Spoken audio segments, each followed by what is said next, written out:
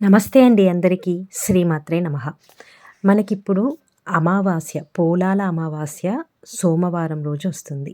సోమవారం రోజు అమావాస్య రావడం చాలా ప్రత్యేకమైంది. దీన్ని సోమావతి అమావాస్య అంటారు. ఈ సోమావతి అమావాస్య రోజు ముఖ్యంగా మహిళలు వాళ్ళ యొక్క సౌభాగ్యం గురించి, భర్త ఆయుష్షు బాగుండాలని, వాళ్ళు సౌభాగ్యంతో ఉండాలి అని ఆ రోజు ప్రత్యేకంగా రోజంతా ఉపవాసం ఉండి, రావి చెట్టుకి 108 ప్రదక్షిణలు చేసి, పసుపు దారం చుడుతూ ఉంటారు.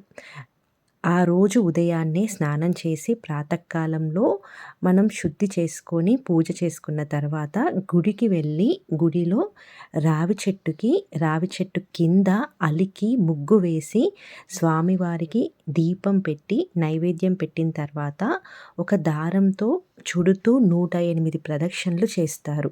108 ప్రదక్షిణలు చేసిన తర్వాత మనకి శివునికి అభిషేకం చేసుకొని, ఆ రోజంతా ఇంకా నీళ్ళు మాత్రమే తీసుకొని ఉపవాసం చేస్తారు. ఉపవాసం చేసిన తర్వాత నెక్స్ట్ డే ఉపవాస విరమణ చేస్తారు.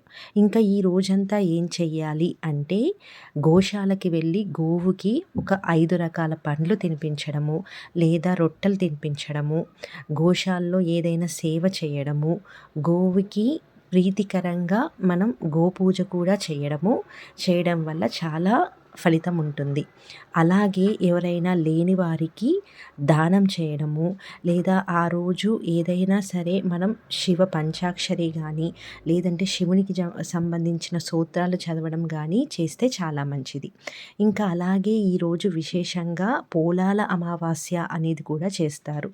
పోలి స్వర్గం కథ చెప్పుకొని, పూజ చేసుకొని, ఆమెని తలుచుకొని ఆ రోజంతా మనం భక్తి శ్రద్ధలతో ఉండడం వల్ల ఆ అమావాస్య రోజు మనకి చాలా మంచి జరుగుతూ ఉంటుంది. అలాగే అమావాస్య అనేది పితృదేవతలకు సంబంధించింది కాబట్టి, ఆ రోజు మధ్యాహ్నం మీ పితృదేవతలను తలుచుకొని గోశాలలో దానం చేయడం గానీ, లేని వారికి దానం చేయడం గానీ మంచిది.